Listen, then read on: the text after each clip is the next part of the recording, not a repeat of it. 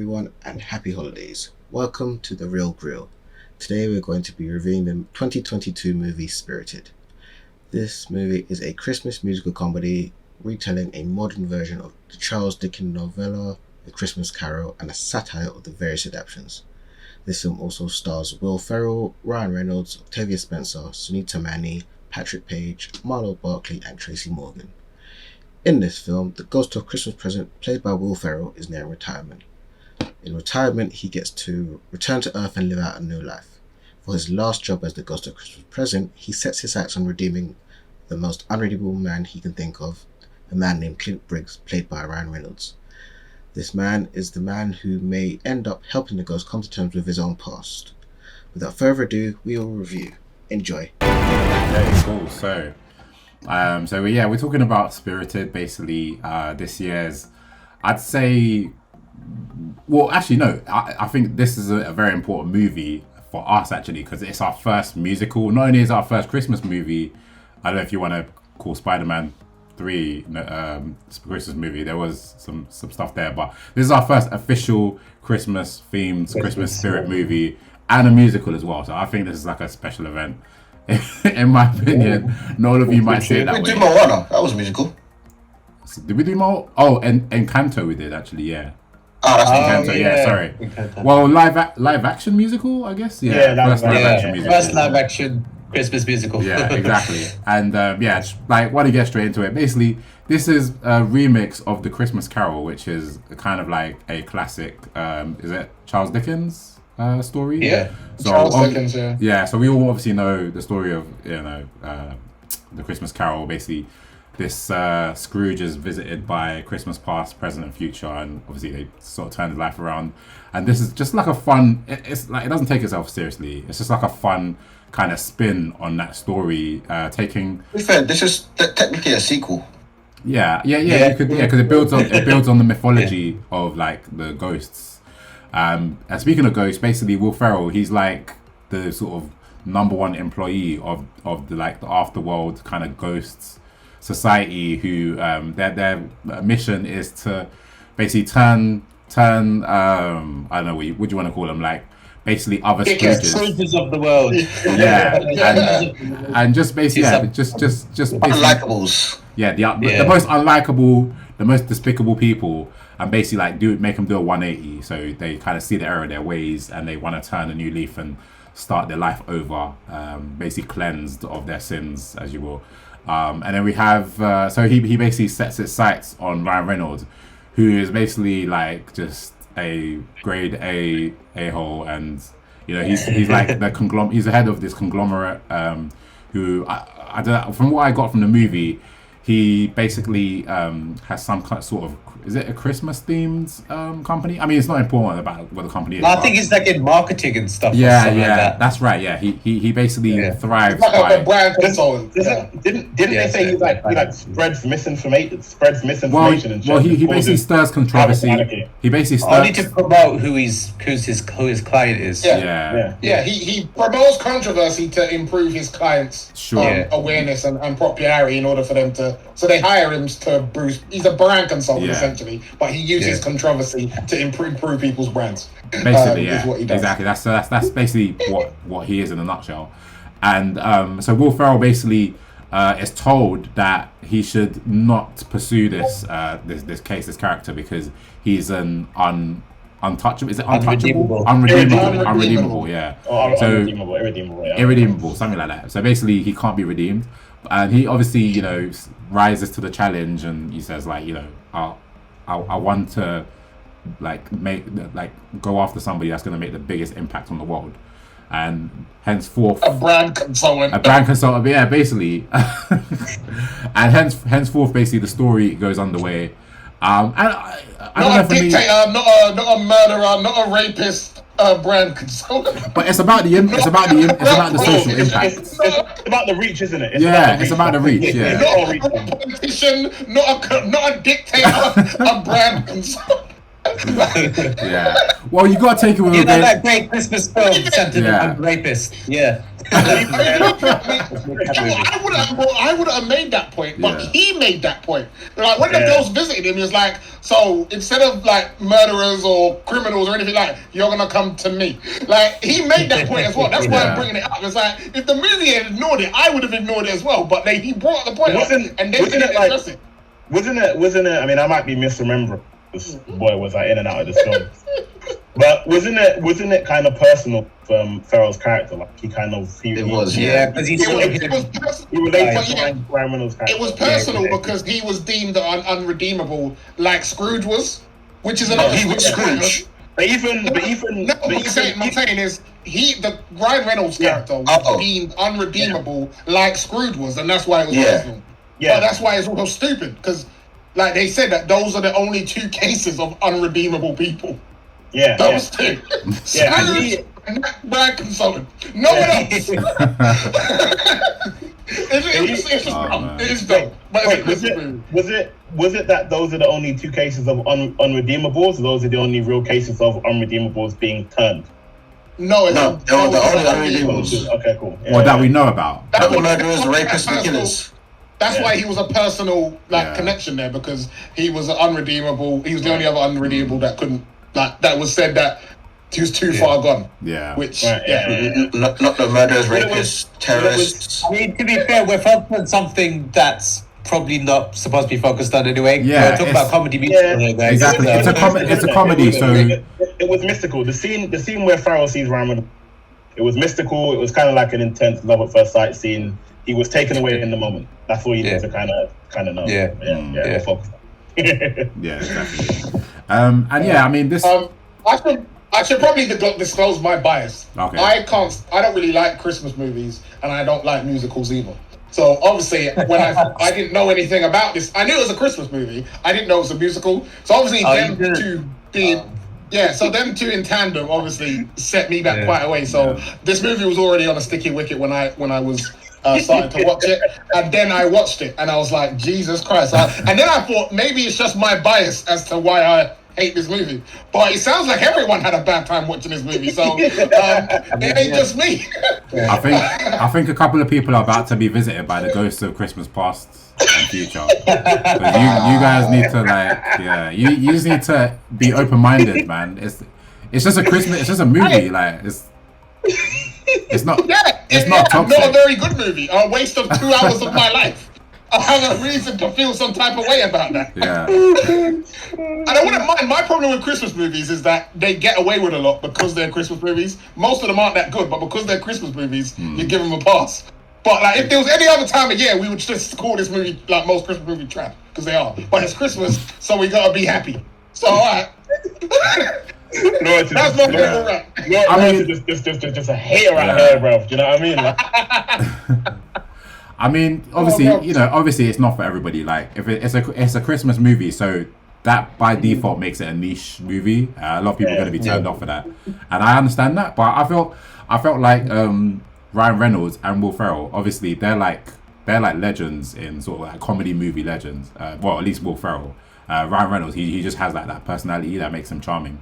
And I felt like they really brought that to this movie. Like, Will Ferrell was kind of he was kind of bringing that elf energy, and Ryan Reynolds, I don't know if I'd say he was like Deadpool, because he's been Deadpool for a while actually, even in non-Deadpool movies. But in this one, I'd say he did kind of feel, maybe it's just the fact that it was a musical, but he did kind of feel like he was being the straight man. But at the same time, he had like that kind of dry humor, dry wit. I don't know if that's just me. In a way, yeah. Yeah, I would say the reason that you're calling to different movies, because I think these two actors, are completely typecast. They are themselves in every single movie. Yeah. Every Ryan Reynolds movie is this, like, and every Will Ferrell movie, he is that. Like, they are that. Yeah, they do the exact same thing. They play the same character in every movie. Yeah. Yeah, it's all that. And if you enjoy that, then you're gonna love this movie because they're basically who they always are in every movie. But yeah, there's no like difference. It's just Ryan Reynolds being right. It's the easiest paycheck he'll pick up, and same for Will Ferrell because they're just themselves in the movie. Yeah.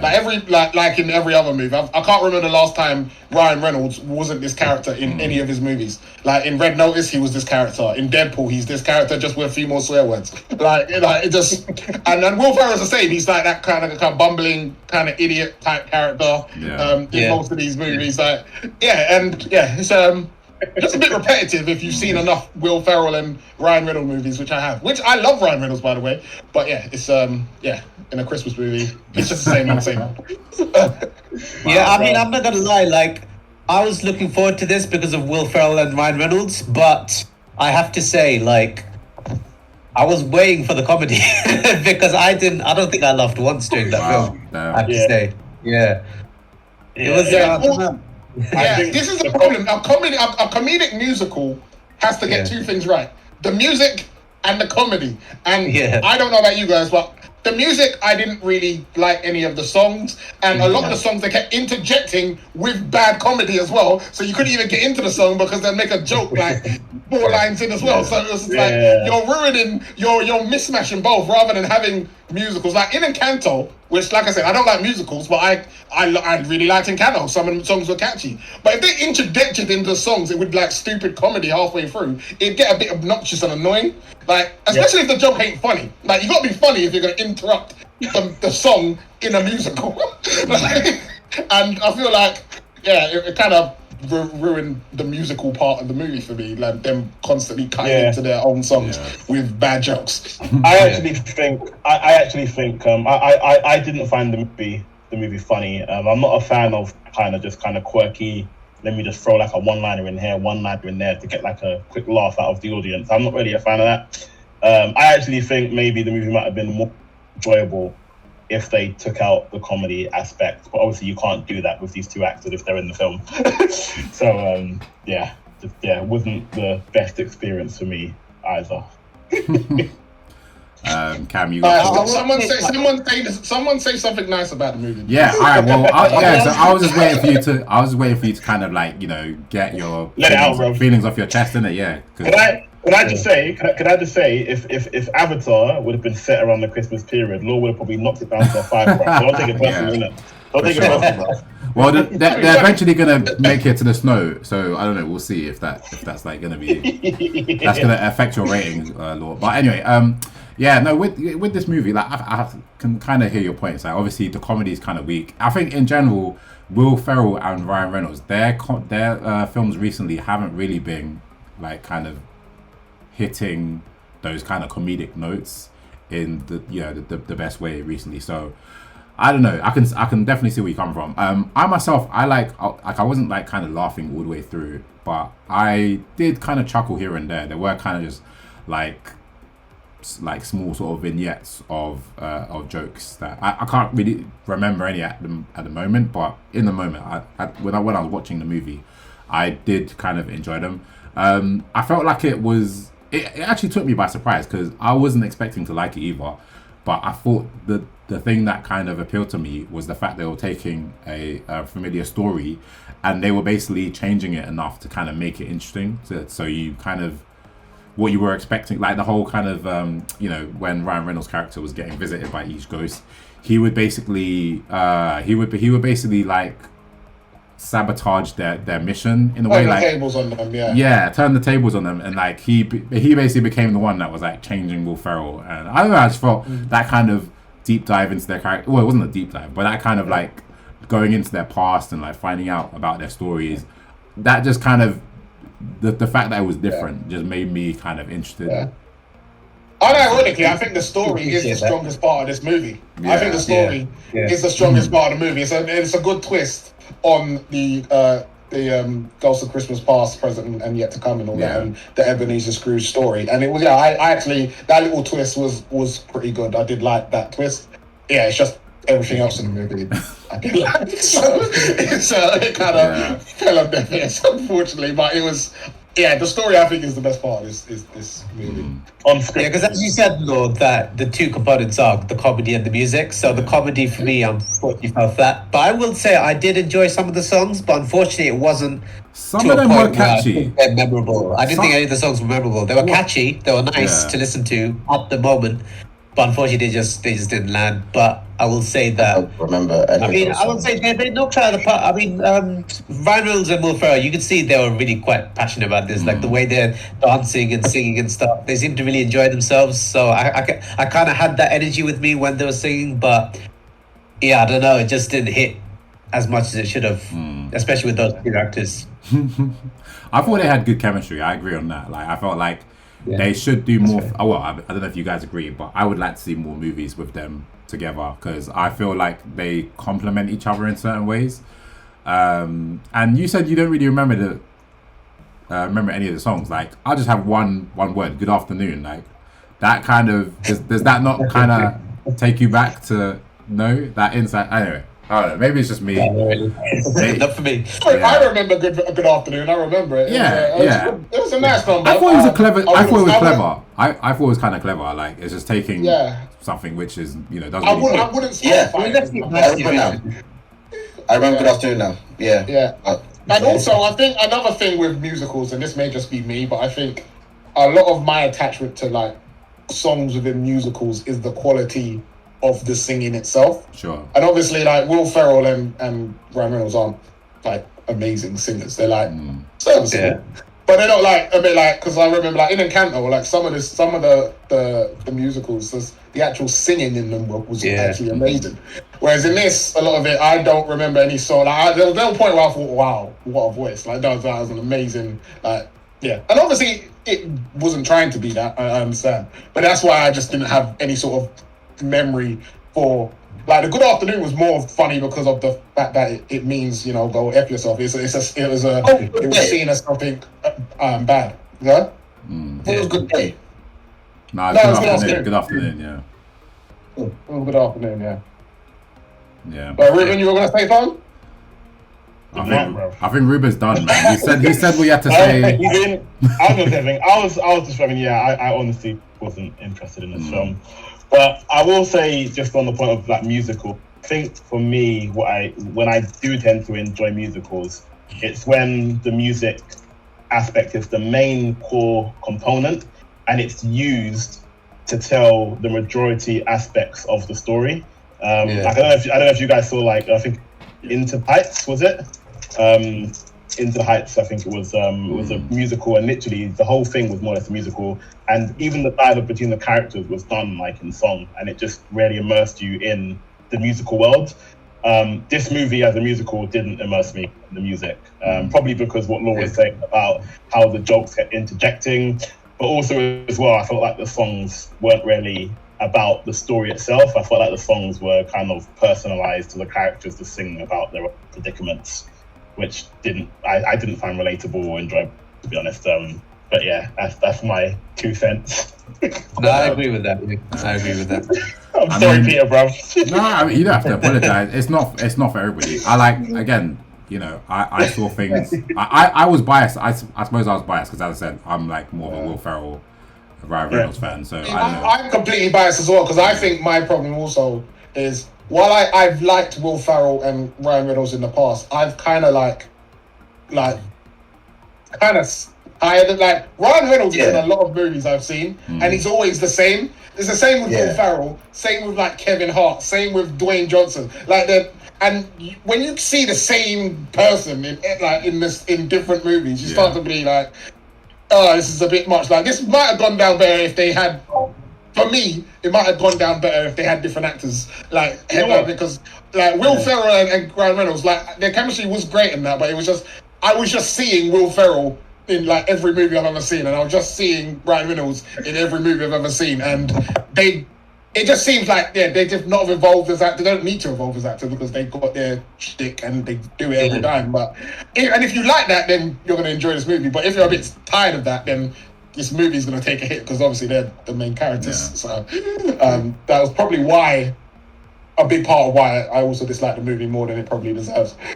Yeah, they should probably be in movies which are made for their character. as opposed to them being in the movies and trying to match the story. But that's the thing, though, because I usually like Ryan Reynolds and Will Ferrell stuff. Even though I'm getting kind of tired of it, I still like their comedy and their sense of, their humor.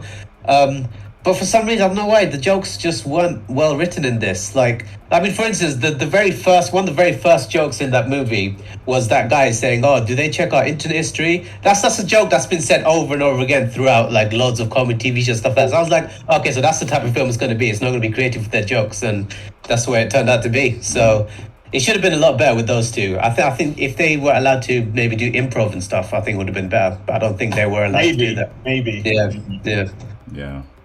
Yeah, fair play. Cool. Well, unless anyone has anything else to say, should we go on to ratings? Yeah, I guess we might as well. Just keep it brief, really. Cool. All right. Well, I guess we already know where this is going, so I'll just kick off basically with my thoughts and feelings. Down the slope again, yeah. Thoughts and feelings, yeah. So yeah, I mean, with this movie, like you guys, I didn't really have high expectations. I just kind of saw this. I think it's on Apple TV, and I thought Will Ferrell, Ryan Reynolds, obviously they're very charismatic actors. They do a lot of comedic films, and I mean, again, as I said, I wasn't kind of laughing throughout this movie. I was still entertained though, and I thought Subi, you were saying that, and Ruben also, you were saying that. You felt like the songs didn't really contribute to the story, but I actually disagree with that. I felt like, because this film does have a lot of exposition whereby they're basically telling you, what's happening, and I felt like certain songs, even though they might not have gone into certain plot points, they do kind of unveil how characters are feeling, which I feel is still important to telling the story. Like, for example, Octavia Spencer, a lot of her story, there's basically a bit where she kind of feels guilty for her actions, and if the song wasn't in there, you wouldn't really get that, which is basically a setup for something she does later in the movie. So I felt personally, I just felt like the songs were good exposition in terms of getting information across to the audience that is relevant to understanding these characters, understanding their predicaments, and so on and so forth. And yeah, I don't know.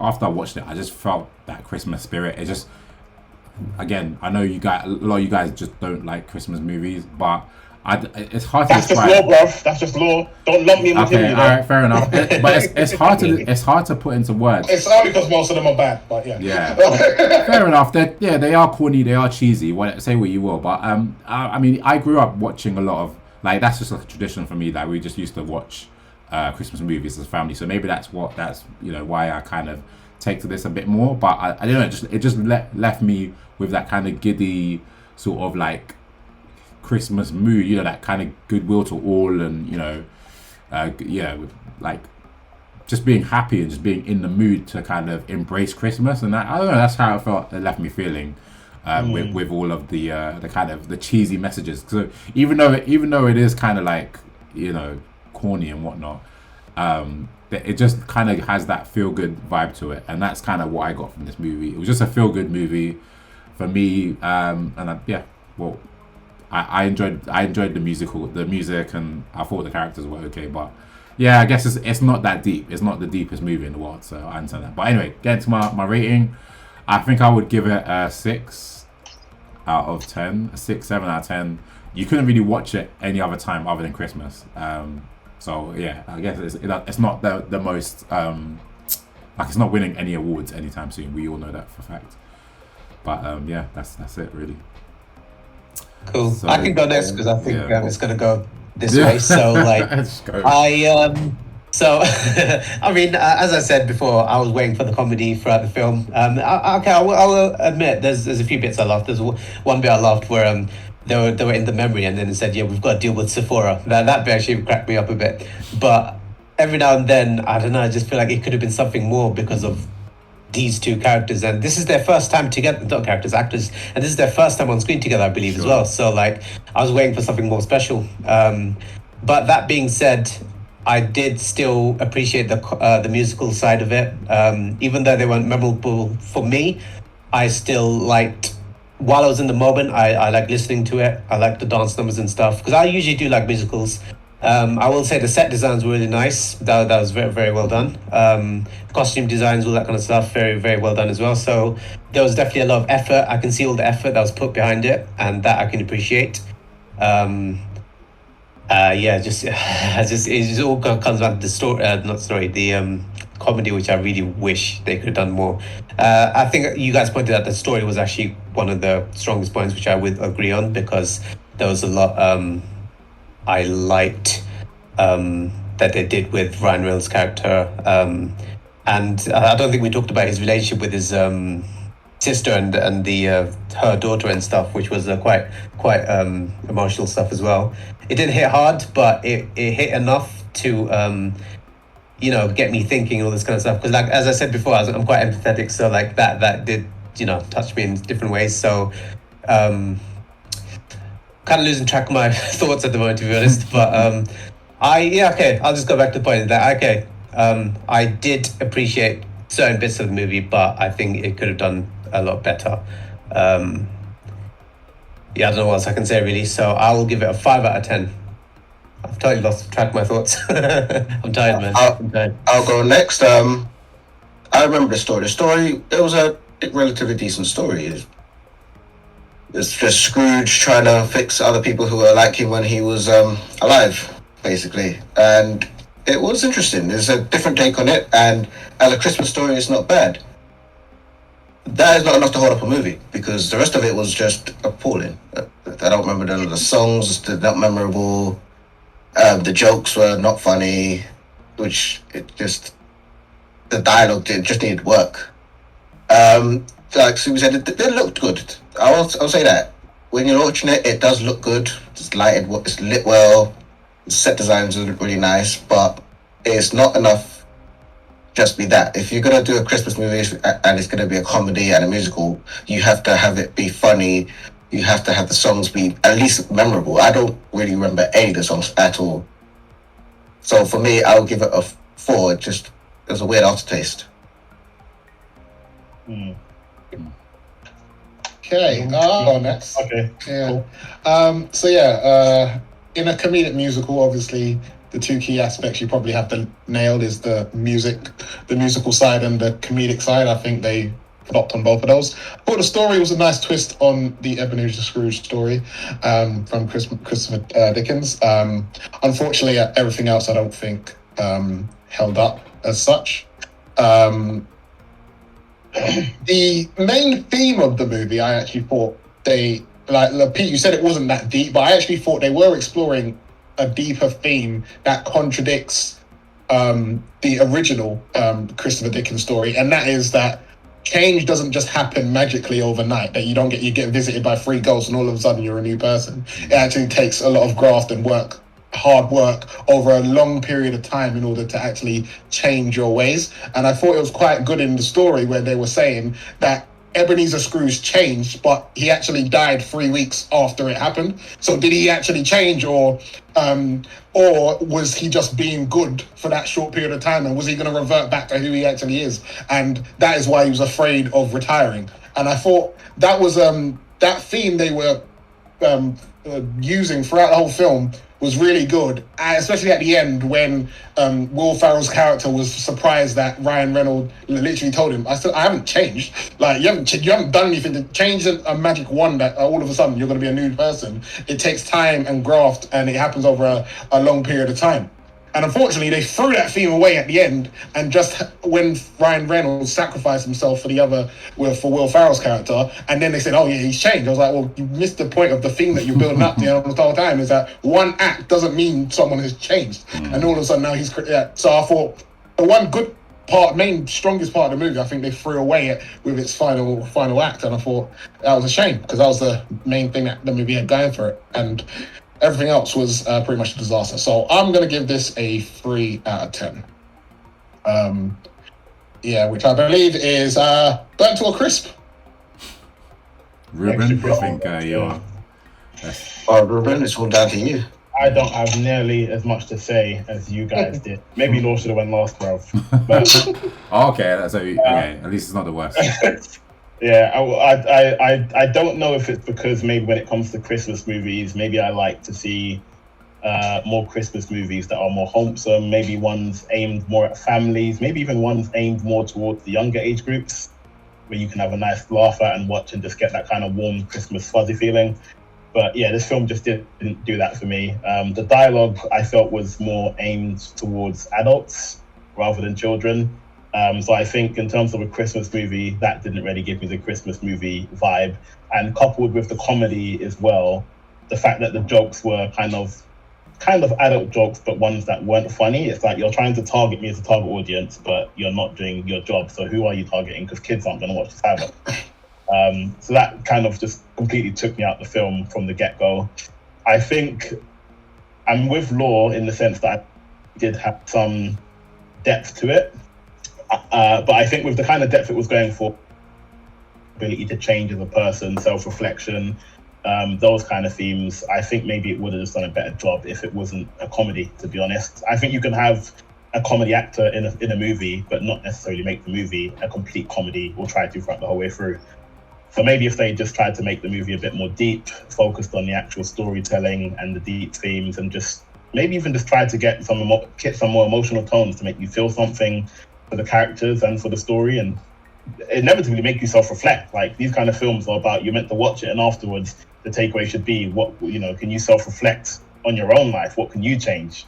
I don't know if any of you felt that after watching it, but I certainly didn't. So yeah, I think I'm right there with Law. I'll give it a 3, burnt to a crisp. I do feel like that's me being generous for the film, but yeah, I will definitely, it's encouraged me to at least pay more attention to trailers and look at reviews before watching the film, especially if it's 2 hours long. Yeah, watching a 2-hour film during the day, not good look. Bar humbug, bro. Bar humbug. I thought I was I'm glad you kept it short, yeah? Bar humbug. Just quickly, Noah, you were saying, I'm glad you brought up, because I that's a good point that I wanted to touch on as well. The whole theme of, you can't really change a person with just one action. But I felt like, this film kind of did gradually, you did kind of see the breakdown of Ryan Reynolds' character with, him reflecting on how his actions led to a kid taking his own life. And I felt like that kind of set off the things in motion in terms of like his character breakdown. This is kind of one of those movies that you have to kind of be in the moment. If you're either distracted or it's just not really doing it for you, then you're not really going to, you're not gonna basically appreciate the film. So I feel like that's something that happens, and obviously it just the fact, obviously the main thing seems to be that a lot of people didn't find it funny, and they were expecting it to be funny. Well, my point is that I think the movie made the same mistake that the movie was critiquing the last movie for, is that, well, basically the guy changed and then he died straight after. So did he actually change, or did he actually change, or did he just do a good thing in that moment? And would he have actually? And I feel like it was not. It didn't realize that it was contradicting itself, because it just kind of repeated the exact same thing that it was critiquing, saying Ebenezer Scrooge didn't change. He died straight after he changed. So we don't know if the change is meant to be a prolonged thing. It's not just one good deed, or a good deed that happens in a short space of time. It's over your life. That truly determines if you've changed. But no, you're right. I get what you're saying. But technically, I guess they're basically just repeating like Ebenezer Scrooge's kind of story arc, basically, where he dies, because Ryan Reynolds' character dies also. So there's no way of knowing if he would ever revert back to his old ways. So it's basically just continuing the cycle, I guess. So I don't know, am I agreeing with you, or am I disagreeing with you? I don't know. But I feel like, they do bring up that theme, but ultimately we wouldn't know whether it's the case or not. I guess. Which is my point, is that they address the theme, and then they then go back to the same trope that they used before, which they were just originally critiquing. So it was just a bit weird that they would bring it up to not actually have a fulfilling ending to it. I mean, it's still a interesting theme, regardless. Like even if they don't. It's just one of the stronger parts about the movie. Would any of you watch this movie again or? No. Hell yeah. Well, every year. Yeah, every time at Christmas, isn't it? Yeah, man. I just be saying good afternoon to everybody on my street, like every time. Thank you for taking the time to watch our review. Hope you enjoyed it. Please feel free to comment, like, subscribe, follow us on social medias, and hope to see you next time. Happy holidays.